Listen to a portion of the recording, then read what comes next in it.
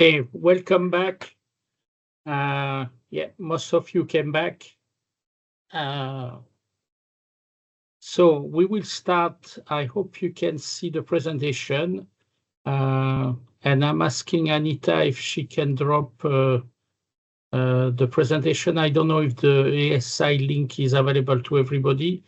So if there is delay in the slides or anything, any problem, you can have a look. You should see now sections 5, project appraisal and structuring. Oh, thank you, Anita. If you don't see this slide, please let me know. It means we still have a problem, but I think I fix it. Actually, I log off and log back in. Okay.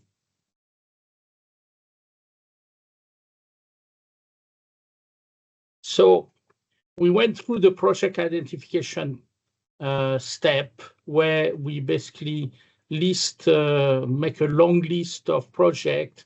We cost them. That means have to do a feasibility study or a master plan before the feasibility study.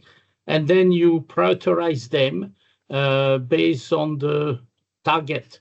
So it might be also restricted by the amount of money available. And that's where PPP become useful because there is a lot of the project that can be shifted for co-financing with the private sector. And therefore, you can increase, by diversifying your source of financing, you can increase your financing envelope and do more project. So project appraisal, that means this is part of the preparation in the PPP and the general project cycle. Any project need to be prepared, but PPP, the presentation need to be top-notch because, as I mentioned, if there is any uncertainty in the feasibility study, if there is any risk, the private sector will price them in, and the project will become more expensive than the cost allocation you have provided. So during the project preparation, usually this is based on a feasibility study, a demand study, environmental and social management plan or framework in order for the bidder to know what sort of expectation there is, risk management plan, of course, the cost estimate, and a tentative financing plan. Who is going to finance the cost estimate? How much do we expect from the private sector? How much do we expect from the public sector? And is there any third-party co-financing involved? Might be a development bank like Asian Development Bank, World Bank, and so. And then we do what we call the project structuring, which is a very important step because we need to find the right type of contract. And as you have seen in the initial slide, there is a lot of option to do a PPP project. I think there is 50 over a type of contract, build, own, transfer, build, operate, transfer, build, own, operate, transfer, build, transfer, operate. All those acronyms, BOT, basically are type of project with different objective. In a PPP project, the PPP contract is awarded over a certain duration, and at the end of the contract, either this is rebid, but normally it's supposed to be handed over back to the public sector. So in the project structuring, this is basically where you optimize, where you put your key performance indicator, where you basically maximize value for money. Because as public sector entity, you are accountable and you have to justify the use of the money when given to the private sector.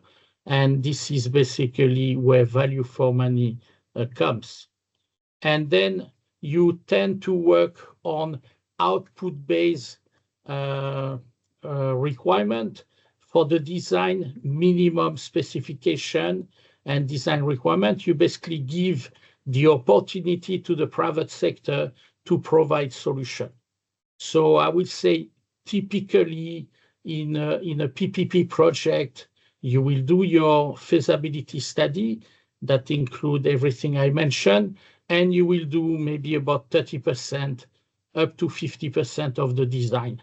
And then you will let the private sector bring in innovation, patented technology, or construction technique or equipment, so that they can really add value and that you get basically the best for your money, which come back to value for money. So no requirement on the public sector side to do 100% of the design.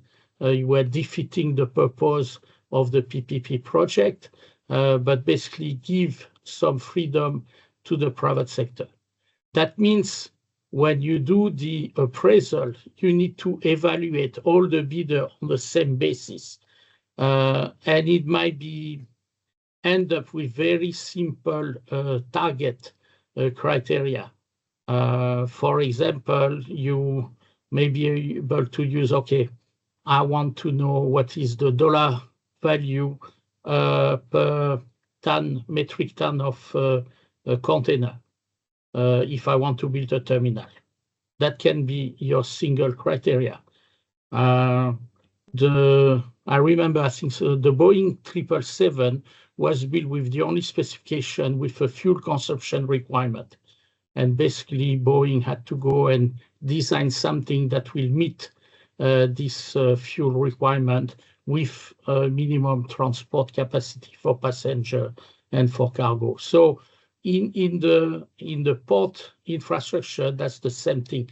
You need to keep, because you cannot evaluate the design for each and compare apple with apple. One company will propose, if you do only 30% of the design will be different. The final design will be different between the company you evaluate. So you need to find an indicator that will basically evaluate all those companies in the same basis. On procurement, if you are familiar with procurement, you can have what we call a two-stage bidding, where you have a first technical evaluation of the bid. You basically discuss the technical aspect of the bid, and then you ask the company to resubmit a technical and a financial proposal in the second stage bidding. That allows you to control a little bit better what the company is going to design and procure. You can have a say, but it extends the length of the tender. Okay, so how do we integrate this climate change and disaster reduction consideration in the feasibility study? There was a question in the chat, and I took a bit of time and reduced my lunch time to answer, because I think it's a very important question. And I gave you about 4 or 5 guidance documents in order to do that. But it was a very important question, and that's why I wanted to spend a bit of time answering properly this question. So the first thing, because we're talking about maritime decarbonization, and we're looking first at climate mitigation benefit, and also later on at climate resilience of the port infrastructure, we need a detailed greenhouse gas emission accounting study. Now, you can borrow this from the nationally determined contribution. There is a ministry in your country that is in charge of producing those documents, and they have used a methodology. I think I specify later on the greenhouse gas protocol. That's usually what they use, but you can use, we did some work with the Public Procurement Board of the Philippines, basically on integrating life cycle cost, LCA, life cycle assessment, into the appraisal process of the public procurement system. Now, this is for general public procurement, but the same can apply.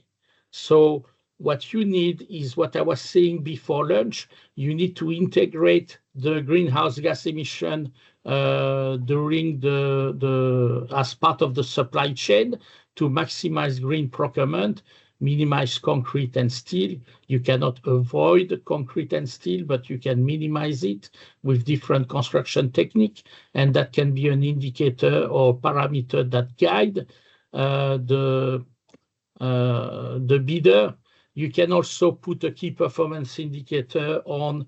You will award 30%, 50% of your appraisal to the one that generate the less greenhouse gas emission, accounting for the manufacturing, the construction, and the 5 years, 10 years, 20 years operation and maintenance, depending on what you procure.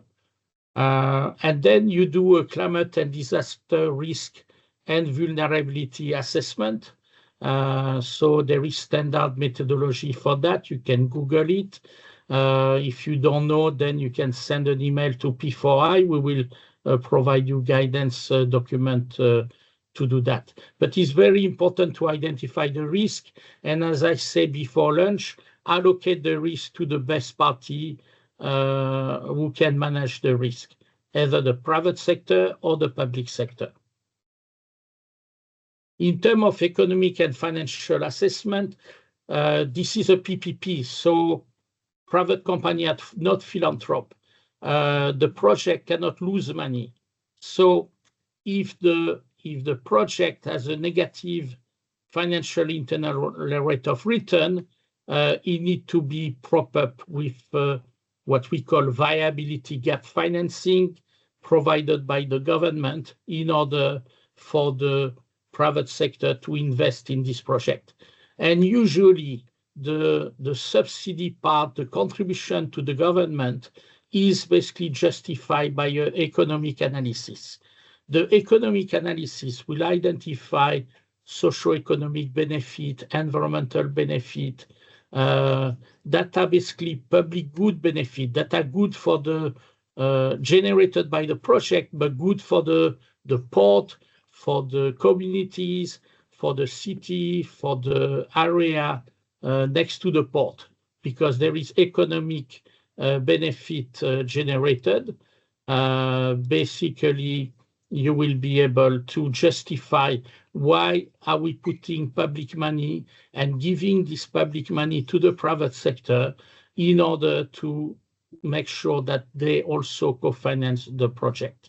And the social impact assessment is also very important because, as I mentioned before, and that it was mentioned by Trishna, you basically need to have this social impact assessment done, and that's usually part of the environmental and social management system. And then finally, technical feasibility assessment that take into consideration the climate and disaster risk assessment, that take into account the greenhouse gas emission, and that look at both the climate resilience, the disaster risk reduction, and also the climate mitigation benefit that are generated. And technical feasibility study, for me, has always been about evaluating option. It's not basically going straight for one option. So that's why I usually advise you have a master plan that is a project document as part of your master programming and planning. Then you do a feasibility study for a couple of projects, a series of projects, and then you basically let the private sector do the conceptual design and the detailed design. But you control the type of option, and you can give the private sector, okay, here are 3 options that you can build on that and give us your best design and your best cost to do that. So when you do project appraisal and structuring, you have decision to take, and those decisions need to take into consideration the climate and disaster risk uncertainty.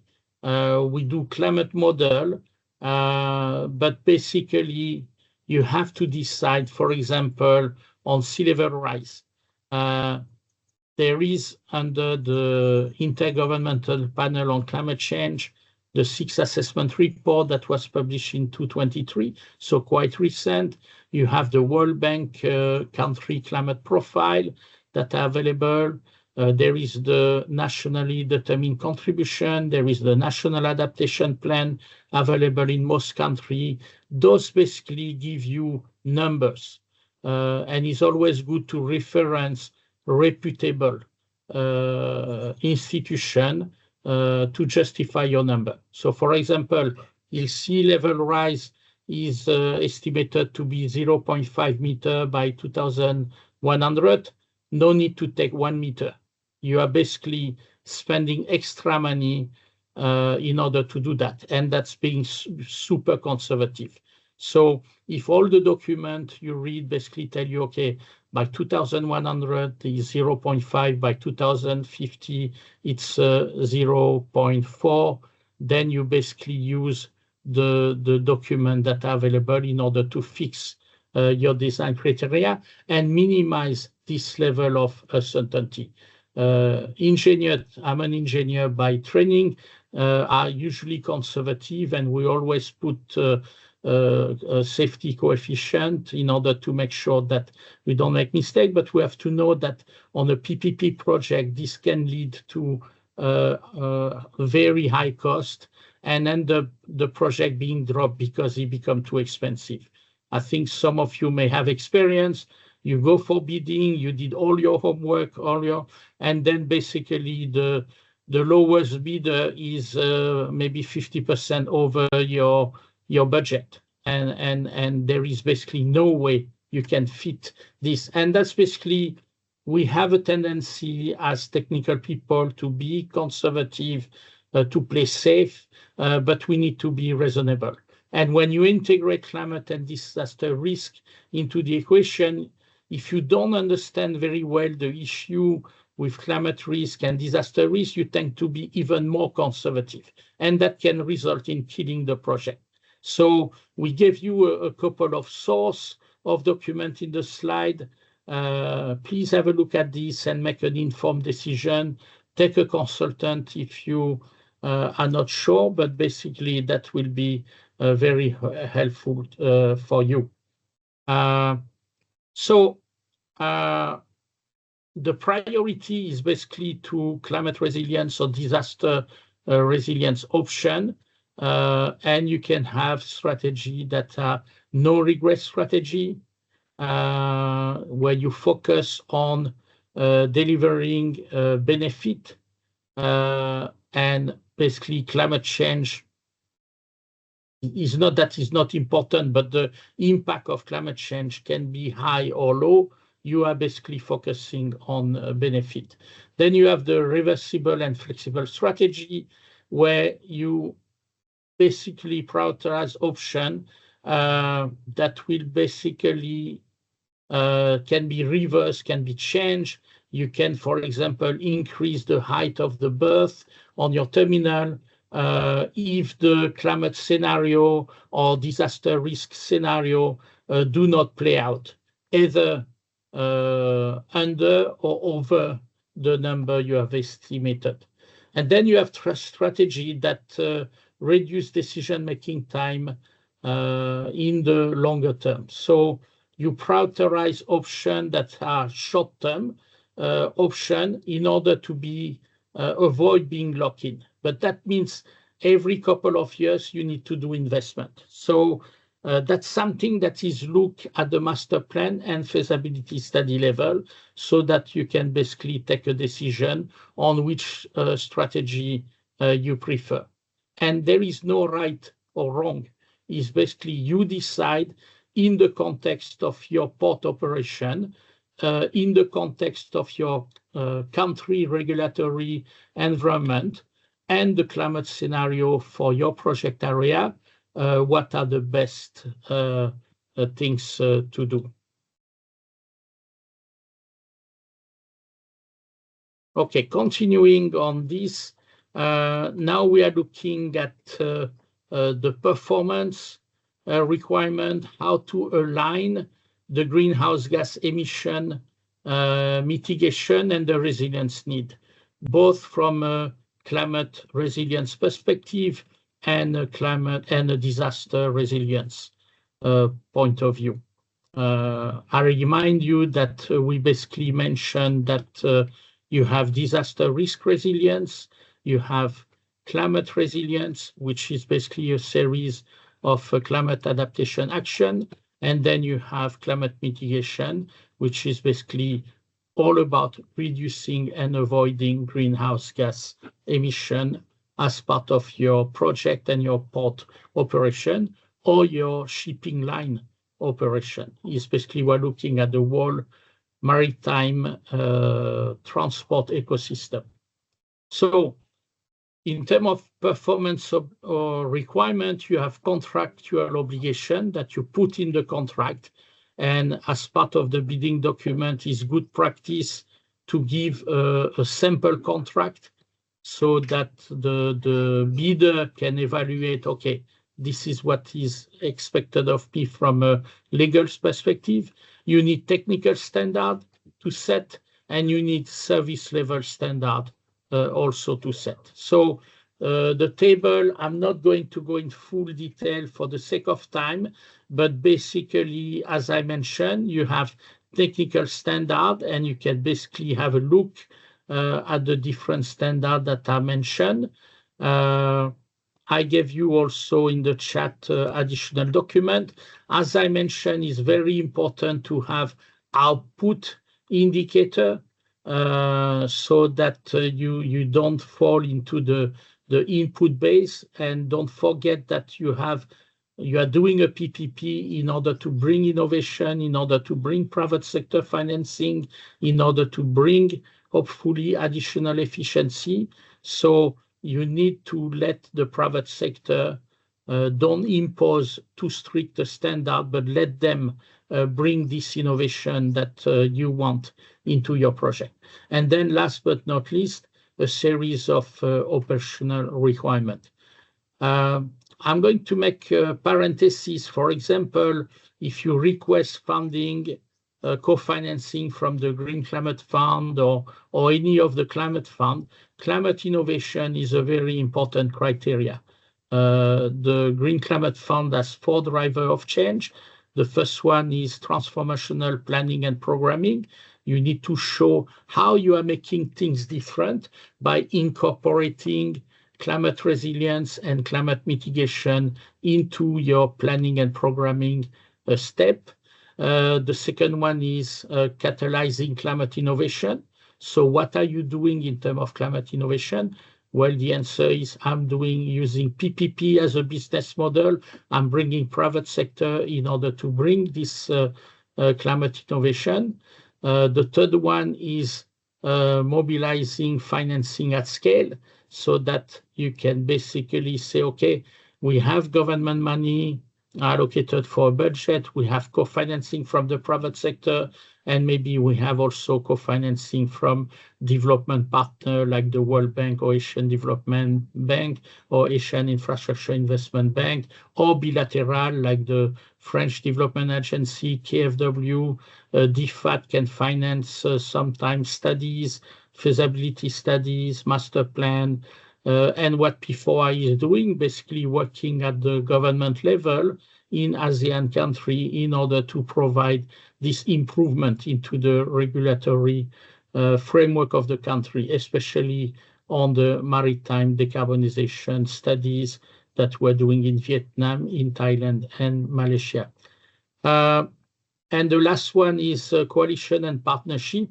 So basically everything that can scale. So you can tell the Green Climate Fund, okay, this is the first port I'm going to do in my country, but once we have established the proof of concept through the project, I'm going to scale this to other ports in my country. And I'm going to have a regional impact because other countries will basically come and have a look how we have done this project, and you can basically show the scaling impact of your project.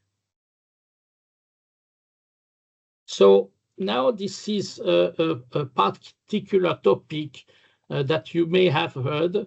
How do you maximize and use nature-based solution, and why it is important? So nature-based solutions are mostly the priority to put nature-based solution is to enhance climate resilience, to do coastal protection, coastal zone management using nature-based solution. So, but nature-based solution, as I'm going to explain, can also be carbon sink.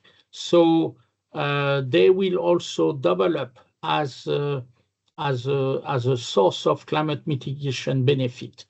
And last but not least, they have a huge impact on biodiversity conservation. And all the ASEAN countries have signed the Kunming-Montreal Global Biodiversity Framework, which basically said that by 2030, we're going to reverse biodiversity loss. And they have this 30 by 30 target, which means 30% of the biodiversity will be conserved by 2030. So all the countries in the ASEAN region have basically signed this Kunming-Montreal Global Biodiversity Framework, and then they have done, like with the Paris Agreement on Climate Change, they have done nationally determined contribution. They have also done national biodiversity action plan at the country level. So nature-based solutions are a very important measure in order to do all that. Climate resilience, climate mitigation, also disaster risk reduction. Because if you, for example, there was the example of Sri Lanka, because of the mangrove forest in Sri Lanka, the area that had mangrove were basically had a reduction of 30% on the impact of the tsunami of 2004. So very important also for disaster risk reduction. So the nature-based solutions are codified by the United Nations Environmental Assembly and UNEP. And basically the definition is given you here. But what we're trying to do is promote green infrastructure using nature-based solutions. So we'll give you some example afterwards. And also maximize natural infrastructure. So rebuild the natural landscape. So for example, if you build forest upstream of the water catchment of the port, you will basically reduce the impact of flooding. If you restore floodplain and wetland, you will also minimize the risk of both drought and flooding. And you will increase the resilience of all the infrastructure, including the port infrastructure. This is basically a major coastal protection project that includes the port. And you will basically boost and generate environmental, social, and economic co-benefit with this type of action. So there is, of course, what we call hybrid system, which are basically a combination of green and gray infrastructure. And read into gray infrastructure is basically the concrete and steel that you are putting.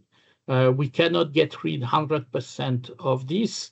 We have to be realistic, we have to be pragmatic, but we can, with hybrid infrastructure, maximize the content of nature-based solution.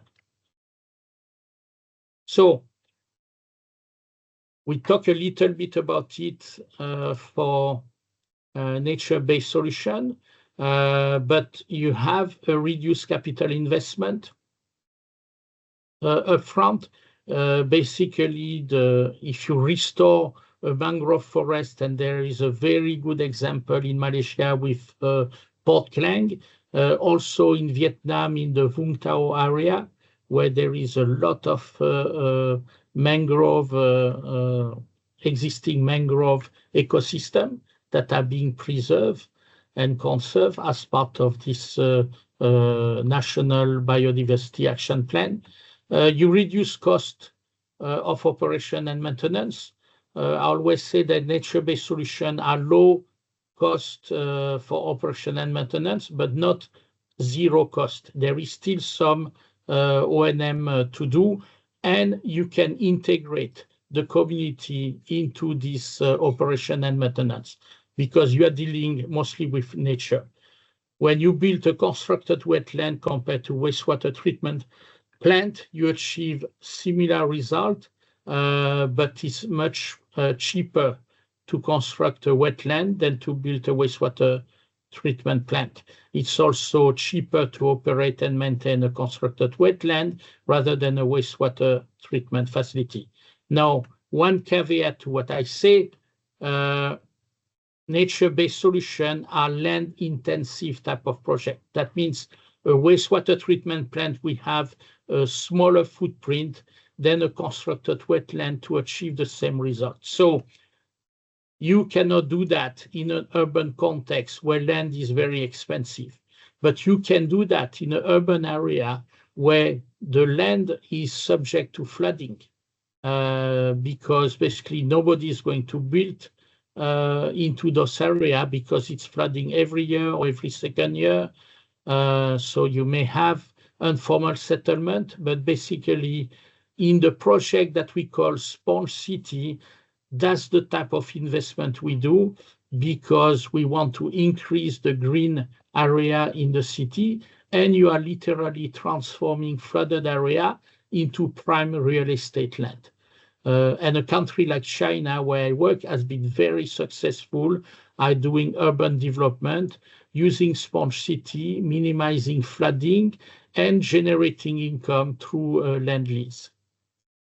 Now, in terms of new innovation, that's what I was mentioning. You can work around wetland, mangrove, coral reef, meadowgrass, and then biodiversity will come back. I'm working with Asian Development Bank with what they call the Nature Solution Finance Hub, and we are working basically in giving cost-benefit analysis of biodiversity action. We know that we should do biodiversity conservation, but it's very hard to put a quantitative percentage onto this. For example, what value do you give to a clean river?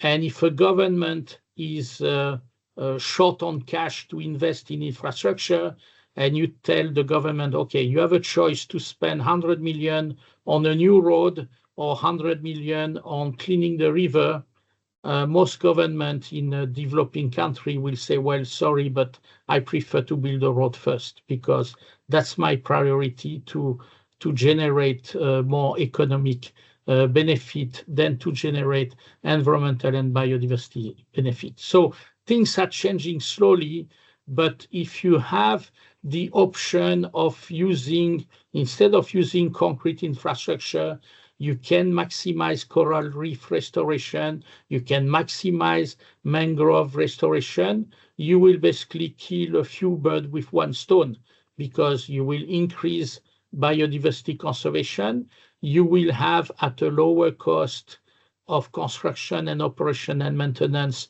adaptation defense that will basically support the climate resilience of your infrastructure as well as the community around. So for example, area that had no more fish suddenly because of the mangrove and the coral reef restoration will have fish. And then you make the neighborhood community of the port very happy because they can see the socio-economic benefit. We also talk about avoided loss because of resilient benefit, and that's basically in a business as usual scenario. If you don't make those investments, okay, what is going to be the impact of this? investment. And if I don't do the investment, what potential loss I'm facing in terms of downtime of the port infrastructure. If I do nothing, does it mean that my port will not operate for 1 week per year, 1 month per year because of potential extreme weather event due to climate change? And then a lot of co-benefit that need to be advertised. We talk about it, biodiversity conservation, improve livelihood, also revenue from tourism, ecotourism. All this can basically be paired together with an investment in port. And there is a role for the private sector. For example, we're doing project where in Thailand, where all the ecotourism is basically handed over to the private sector to invest. And the private sector is investing on the understanding that the government will make investment in mangrove restoration, coral reef restoration, and therefore the area where they invest will be protected. So this is beyond PPP. This is pure private sector investment that is driven because of the investment made by the public sector in nature-based solution for climate adaptation, for climate resilience. And if there are a port nearby, then basically that become a very good coastal protection program that include the port, that include the city, and that include the communities. So design principle, we talk already a lot about this, but what's important is quantifying the cost, how much this is going to cost. There is revenue that come from nature-based solution. The first one is carbon credit as part of the emission trading scheme of your country. You are not going to finance the entire project with the carbon credit, but you will recover 10–20% of the project cost, and that can contribute to the operation and maintenance cost of the project. You can mobilize easily innovative financing that are basically labeled green financing, blue financing, in terms of bond, in terms of loan. You can have new business model where you have protection for ecosystem services, where people in the downstream part of the catchment finance investment upstream in the catchment, because even though they don't live in the upstream part of the catchment, they will benefit from it. For example, if there is a lot of flood in one area, the port is located on the downstream part next to the sea. But if you reforest the upper part of the catchment, you will basically reduce the flooding in the project area. So it makes sense for the port, the city, the communities living in the lower part of the catchment to provide ecosystem payment for ecosystem services to finance investment, reforestation, for example, constructed wetlands in the upstream part of the catchment, because it will reduce the impact from flooding into the place where they live and where the port is located. Always communication with local communities. When we look at nature-based solution, we look a lot at what we call indigenous knowledge. So that's basically knowledge that the people that are ethnic to the area knows, but that we forgot. I remember giving, for example, the design of a traditional Malay house. This is a perfect example of positive energy, climate adaptation type of investment. Usually you have the house is built on 4 piles. When there is a flood, when there is the sea, basically people are living on the first floor anyway.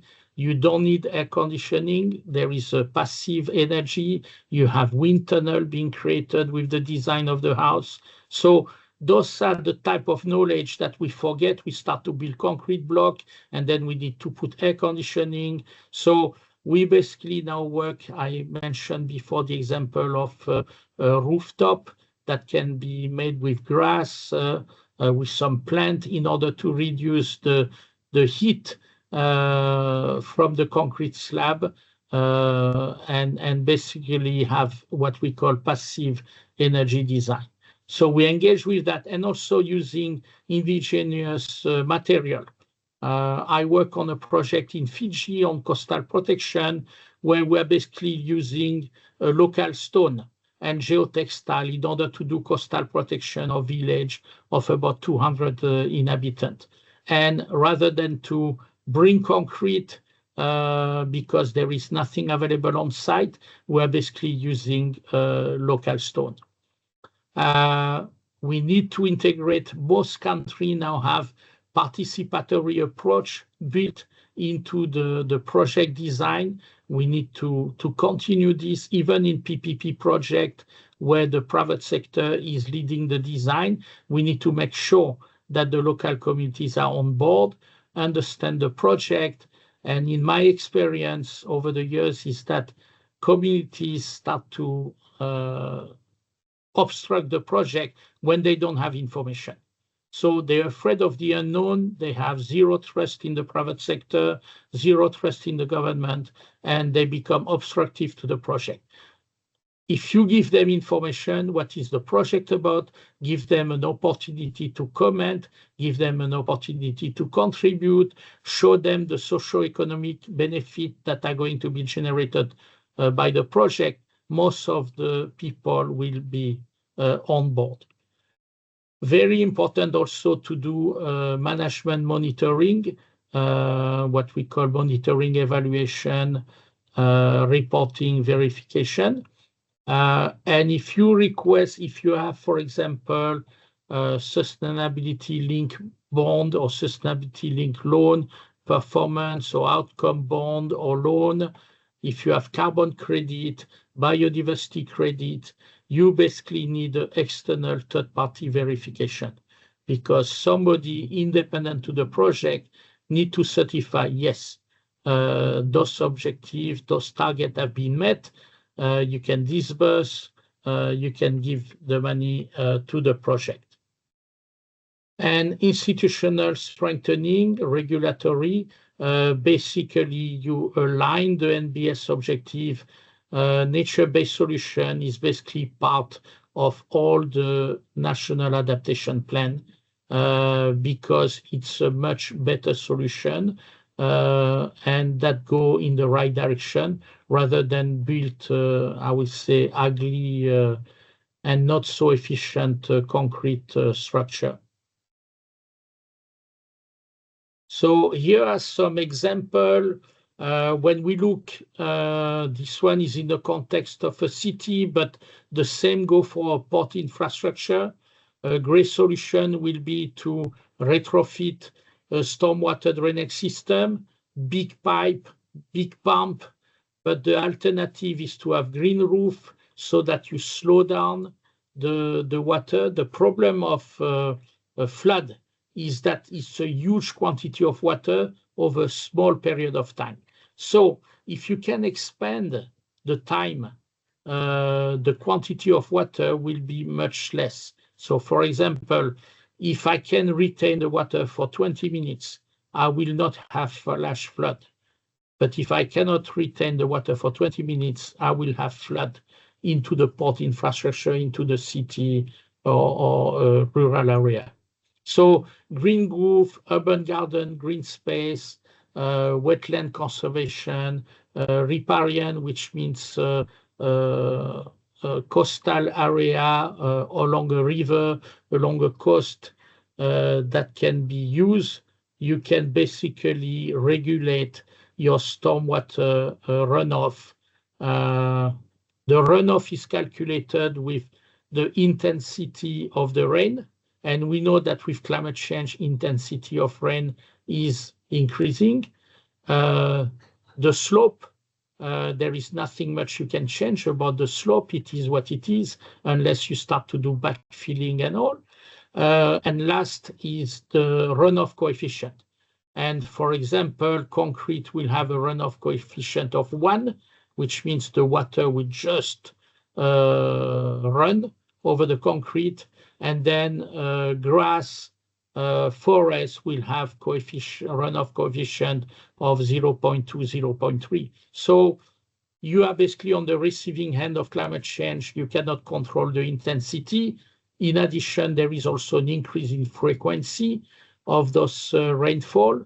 You don't really control the slope because this is given to you unless you start to do massive backfilling construction, which some new port greenfield infrastructure do.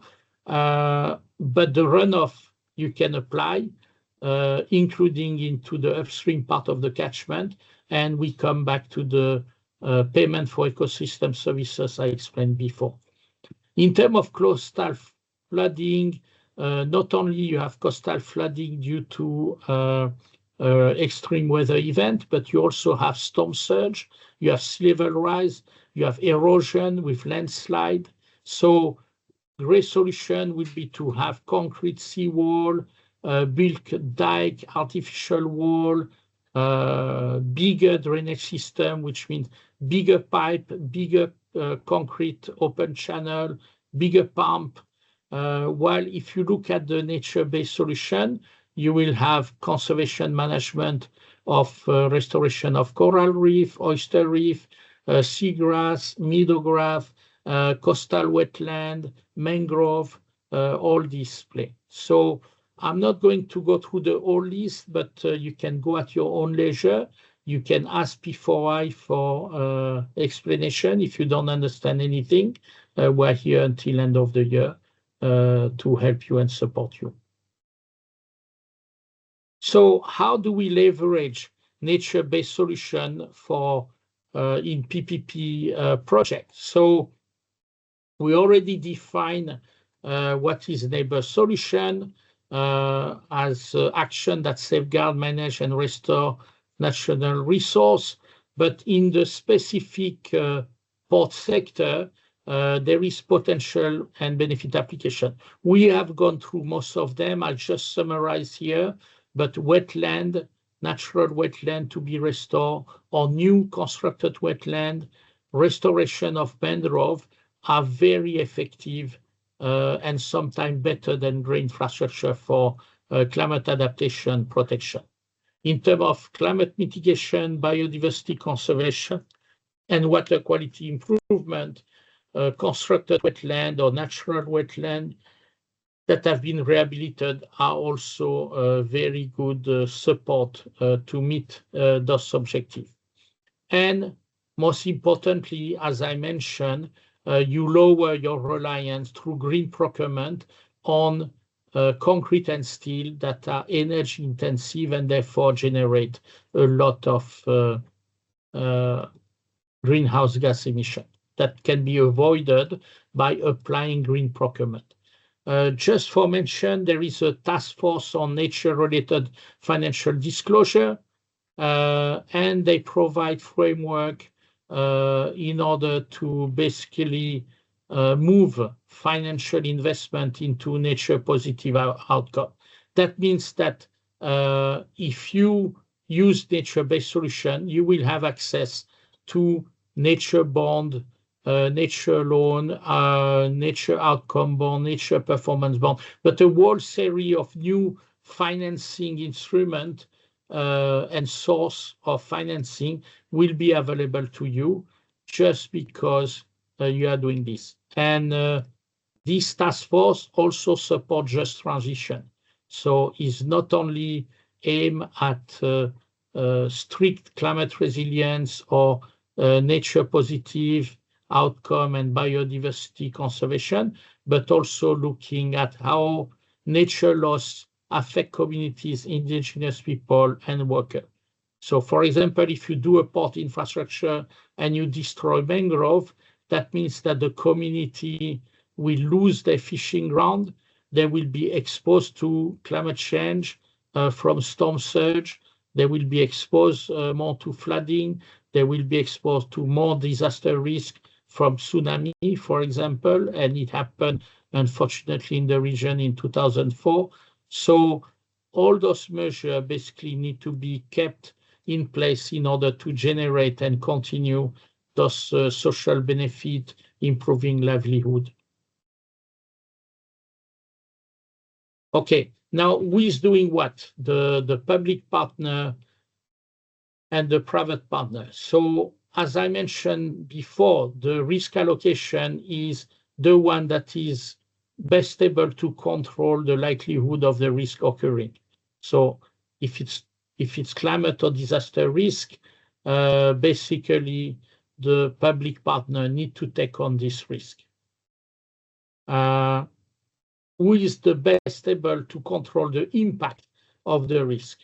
Again, the private sector is not able to manage this risk very well. So if you put this risk on a PPP contract to the private sector, they will price it in the contract.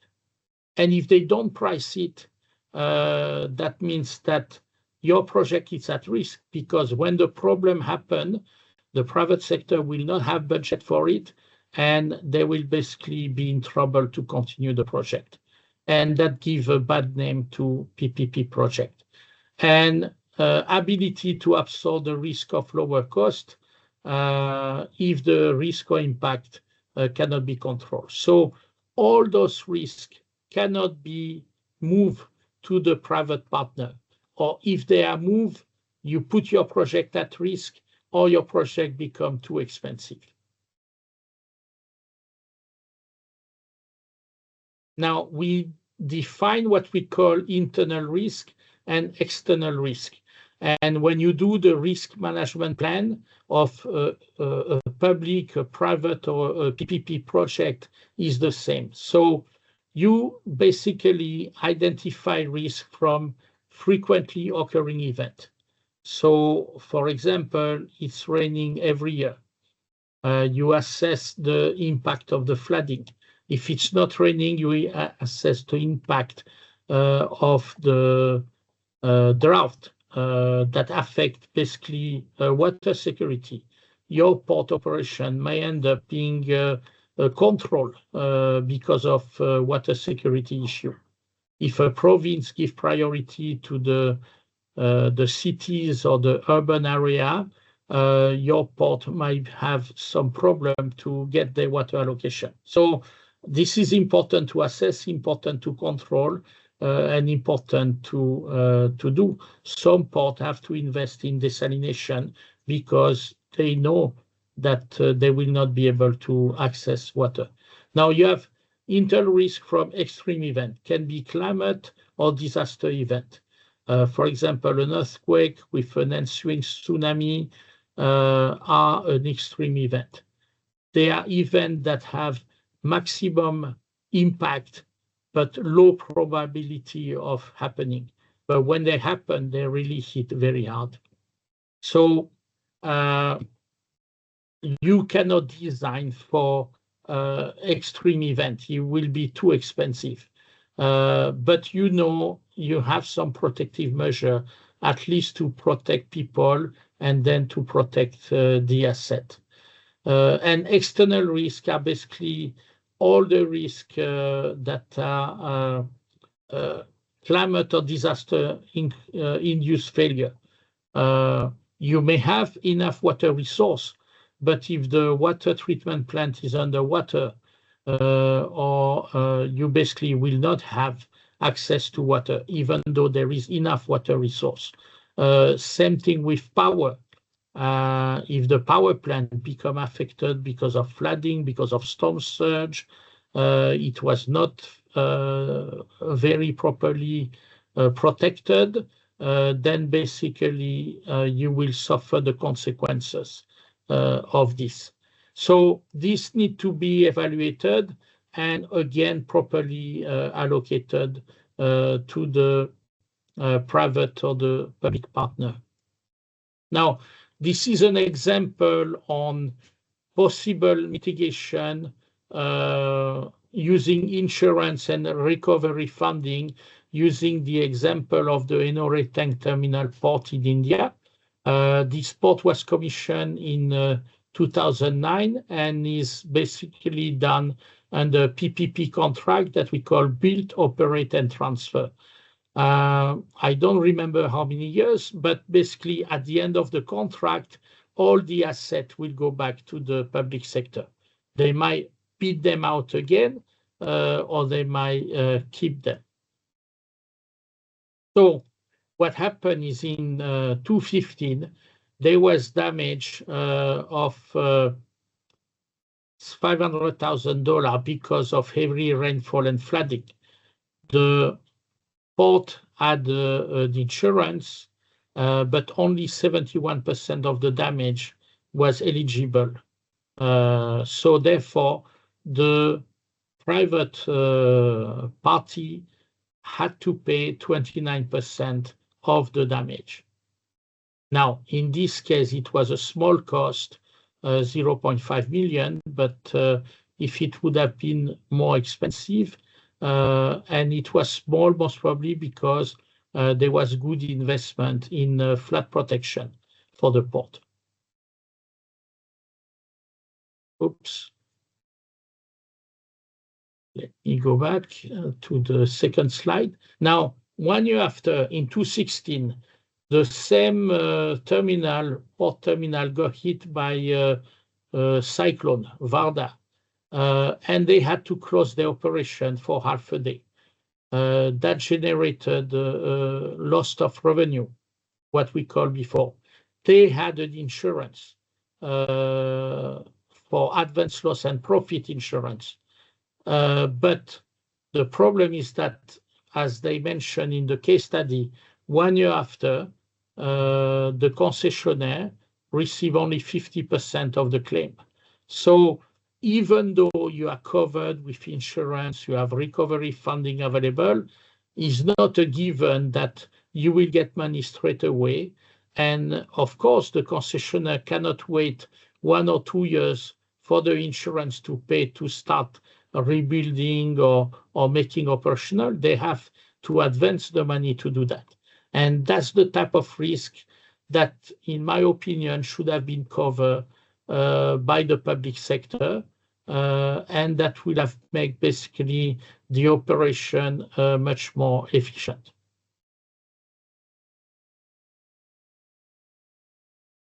Okay, so that's a little bit of a conclusion side on the project appraisal and structuring, where the public partner is basically the driving seat for climate change and disaster reduction on a PPP contract as a good practice.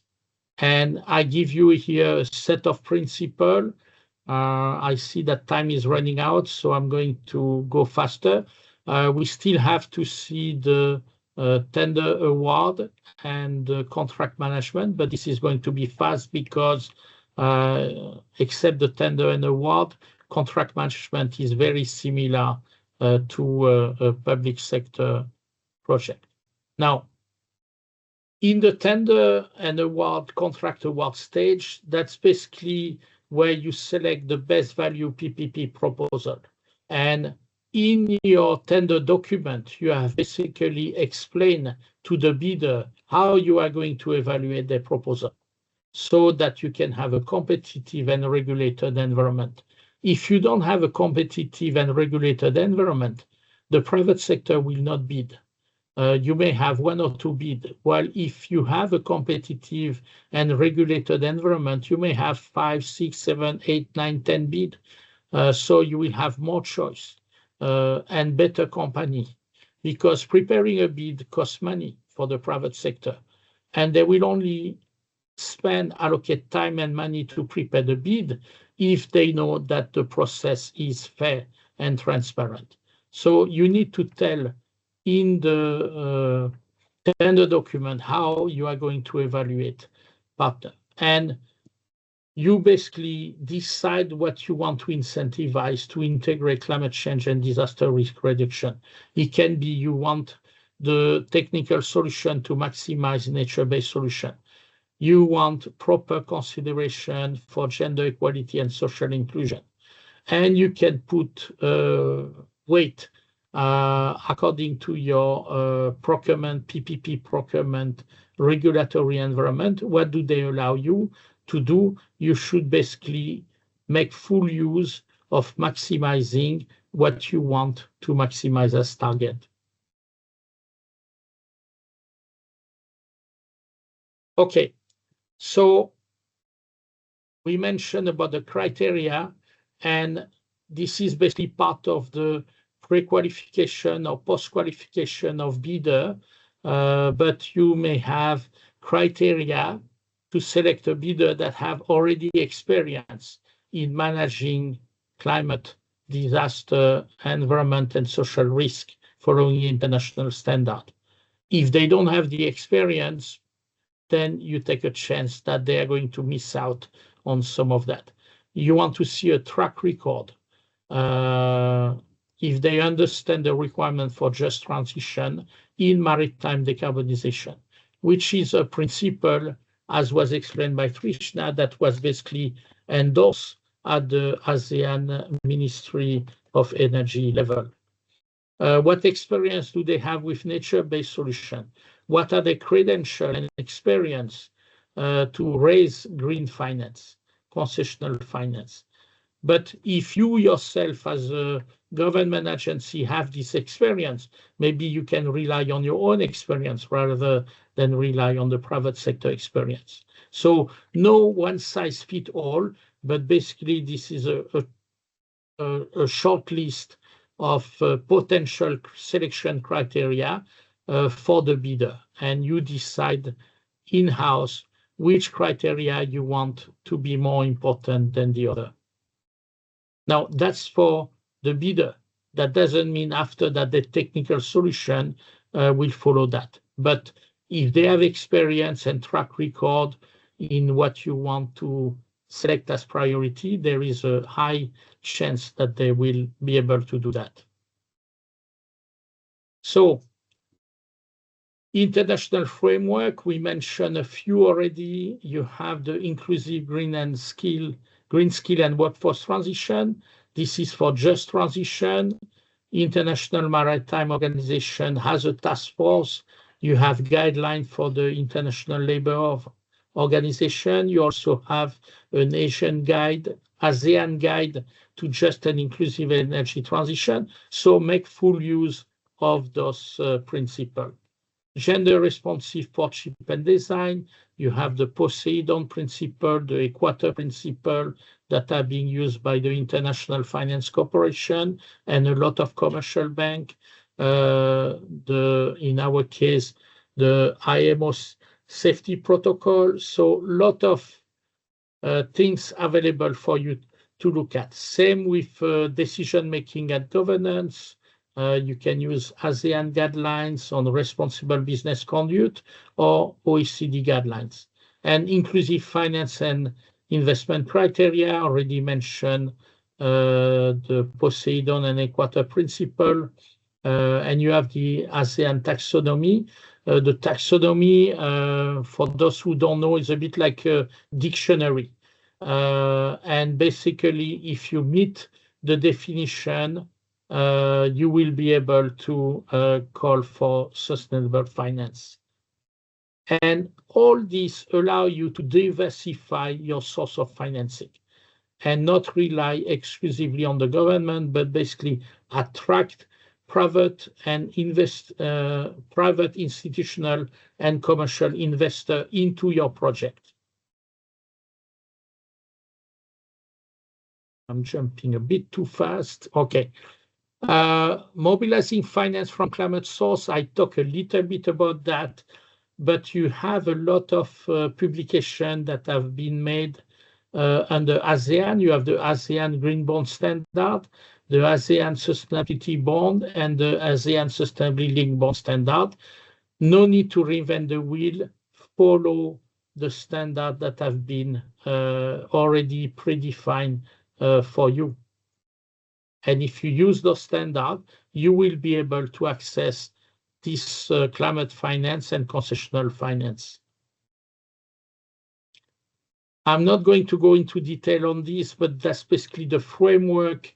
You can read it later, and some of the countries that have adopted those framework, you can also Google them and have basically, if you're interested, the full scope of those reporting framework for sustainability, equity, and inclusion.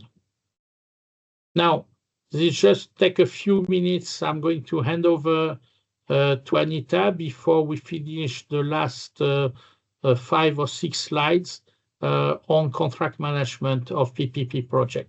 Thank you.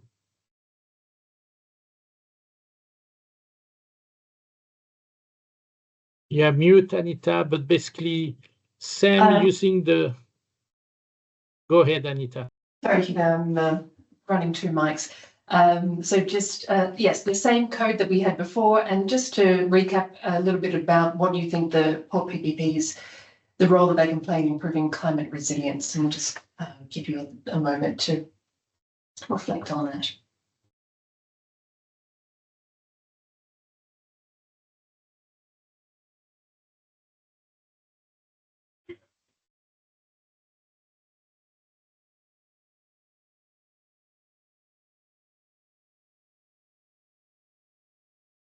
Any thoughts? Very welcome.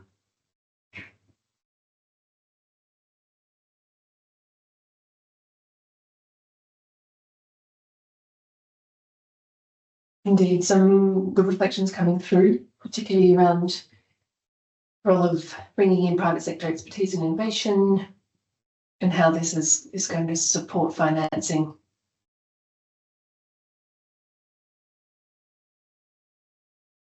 Reflections continuing on innovation. Or just another few seconds for those who had additional points. Bringing the public and the private sectors together to collaborate on expertise.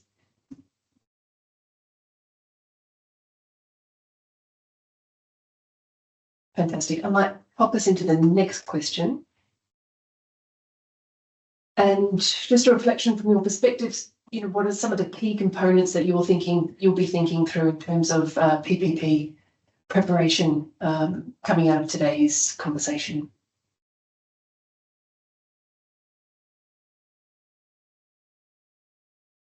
These might be things that you have already thought through or that have come up today that perhaps would be new to reflect on. Operational components, for sure.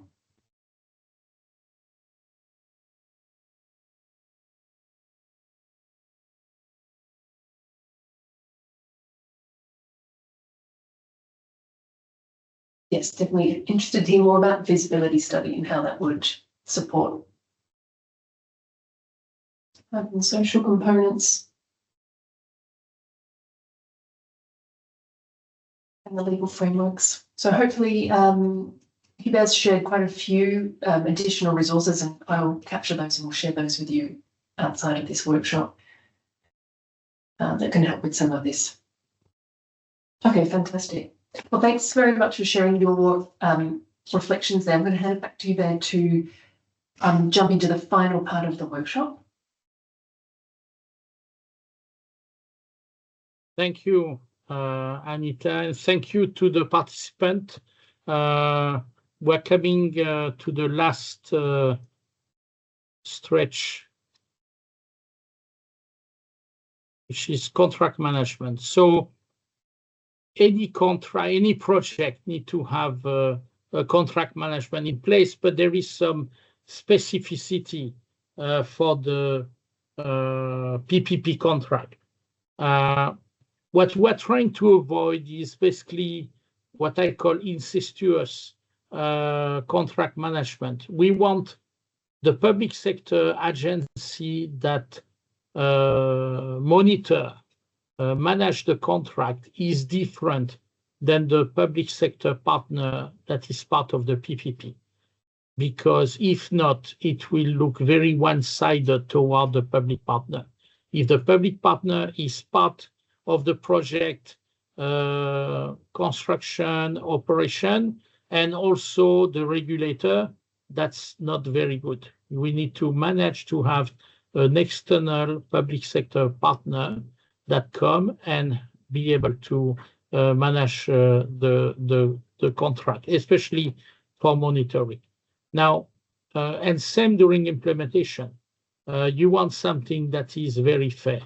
Now, I give you here a series of questions that will need to be answered. So, for example, can you allow climate-related change or variation to the port infrastructure that have not been identified during the master plan, the feasibility study, the bidding document, but that come up and price as part of the PPP contract? Again, there is no right or wrong answer. You need to decide whether you allow this or not. If you don't allow it, the private sector will build this in the contract, and your project might again be more expensive. If you allow variation, you basically need to be in control of what you are going to agree. Now, second one is, can we have a separate streamlined process to execute climate-related change to port PPP in terms of approval or document required? Do you need the full resubmission of all the documents, or can you allow a streamlined process? Again, no right, no wrong, but you will be better off with a streamlined process. But you're also dependent on the PPP regulatory framework of your country. If they don't authorize a streamlined process, then basically you have to comply with your country PPP legislation. And you have no choice but basically go back to the wall approval. So any type of change, how do you allow change? How do you appraise the change that is being proposed? And what are basically the benefit for the port, climate and disaster resilience, and also the benefit, the cost. So basically it's a cost-benefit analysis of the proposed change. And then, do you have expertise in the contract management team to do that for climate change and disaster risk? Or do you need external expertise? You can have technical experts that come and help you and tell you, yeah, this change is reasonable, or no, this is really over the top. Like I mentioned at the beginning, there is a few climate scenarios. The accepted climate scenario is what we call middle of the road, SSP2 4.5, which has a temperature, global temperature at 2.7 degrees. You don't want to assess the change based on SSP 8.5, which is the catastrophe scenario. I don't think any of us will be able to survive if we arrive at this type of climate scenario. So you may need expertise in order to tell you whether this is reasonable or not. And again, in PPP contract, conservative is good, but is not always a plus. So yes, we need to be conservative, but we also need to be very reasonable. So last but not least, the recommendation is to have a contract management team that include this expertise, climate or disaster-related expertise, develop a plan for monitoring the construction and the operation, especially in terms of greenhouse gas reduction or avoidance, and the climate and disaster resilience measure. You need, and usually an external third-party monitoring is better for that, especially if you use sustainability link, performance, outcome type of bond or loan. And lastly, efficient mechanism for managing renegotiation and dispute due to climate change.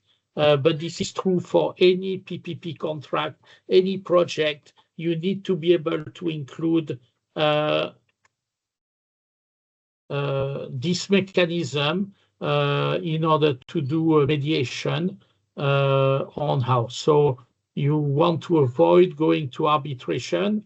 You want to try to find a mechanism within the project where the public and the private sector party can discuss and renegotiate on a fair and transparent manner, including bringing in technical experts instead of going straight for arbitration. So that's basically the end of the presentation. Rome was not built in one day, so to deliver a climate resilient, low carbon port, it's a process. It's not going to happen in one day. And that's why it's very important to phase and prioritize your investment and decide which investment are going to be done by the public sector, which investment are going to be done by the private sector, and which investment are going to be done under PPP, public-private partnership business model. So last mentee, and after I will open the floor for about 10 minutes of question before we do the closing remark. Thank you very much again for your participation. We still have a lot of people online. That show that it was not too boring. So thank you again for coming. We have 66% online. Over to you, Anita. Thanks, Hubert. So perhaps just a moment to perhaps gain your feedback on the session today. When we started, we had kind of a little bit of knowledge across the room, and we wanted to check in and see how people felt about how valuable and how much you have picked up over the last few hours. We appreciate it's a long session and that you have stayed with us throughout. So thanks very much. That seems like we've got some increased knowledge. This is a slide that I'm not really sure what was about, but we'll move over here. Wanted to check in on the format also of the session to see whether this kind of training, something similar on a similar topic in a similar format, would be useful in the future for this group, and if we should continue to pursue this type of training. Of course, we'll come to you for any additional feedback on how it could be more useful. Don't hesitate to provide additional constructive criticism about how we could improve it, of course. And those topics are great, very well noted to get into the detail of putting together a PPP.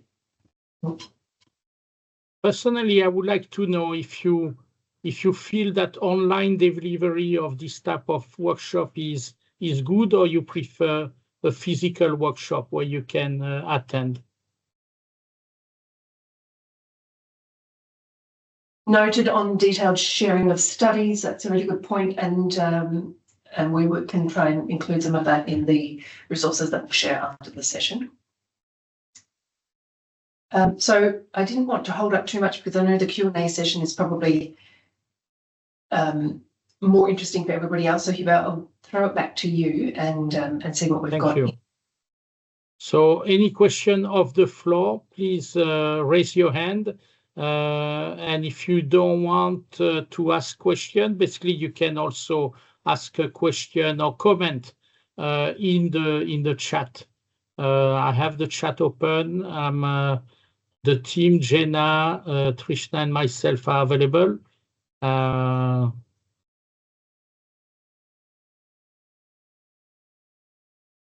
That means it was perfectly clear.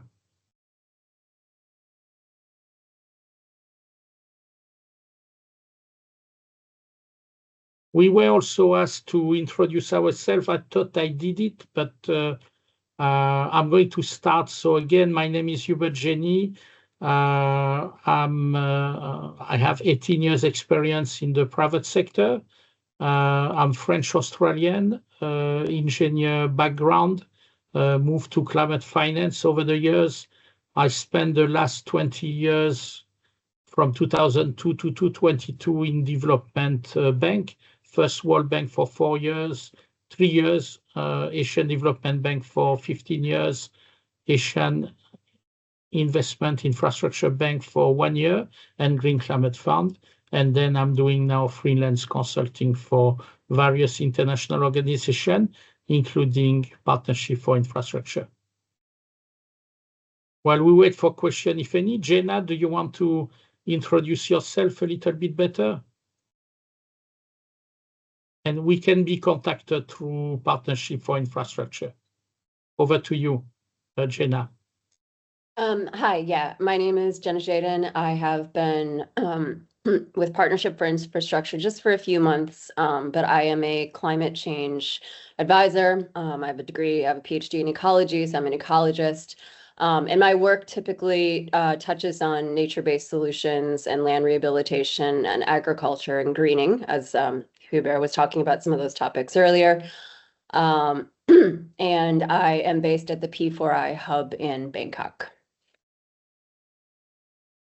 Thank you. Trishna, over to you.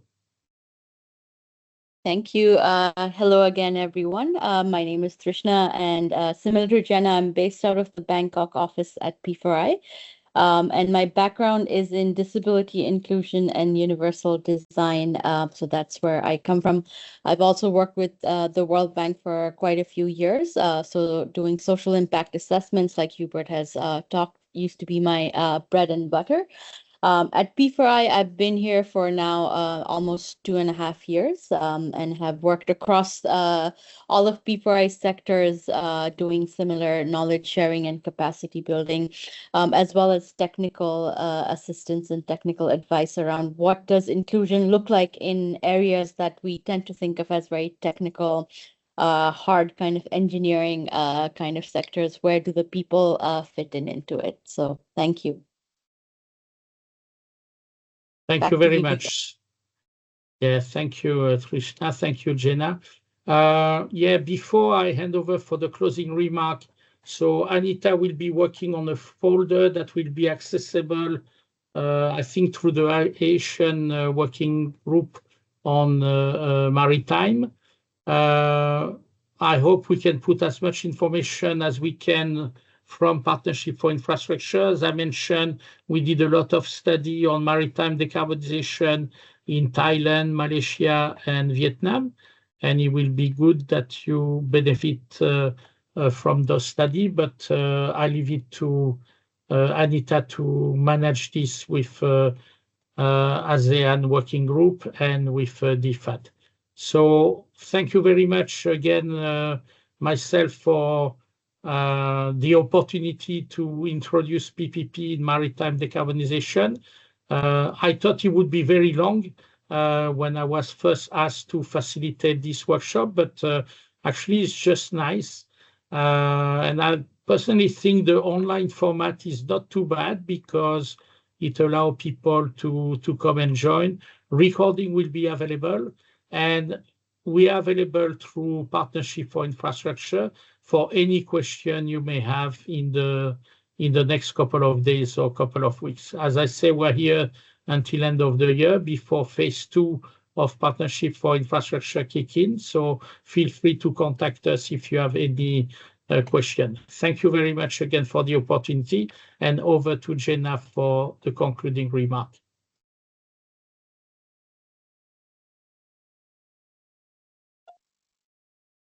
Is Anita on? I was not scheduled to give concluding remarks. Okay. Thanks, Hubert. Anita? But just to reiterate your points and stand by, we will certainly send you a wrap up in email, and of course, no doubt be some follow-up via the Maritime Transport Working Group.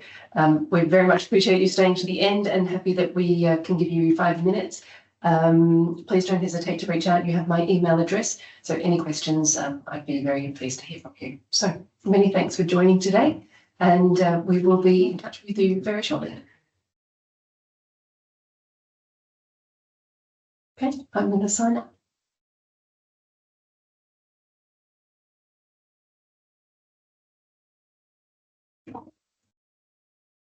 Thank you, everyone. Goodbye.